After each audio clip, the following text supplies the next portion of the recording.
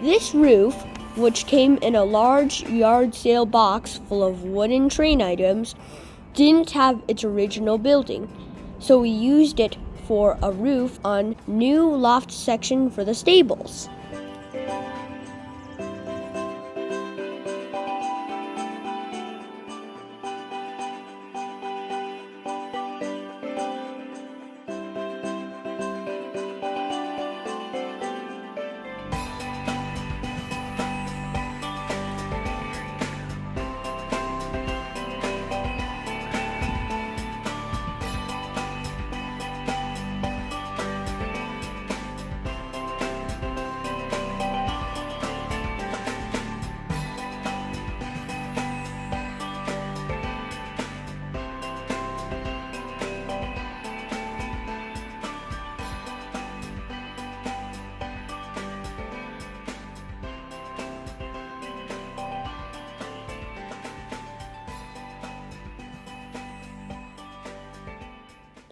This crane was another yard sale piece.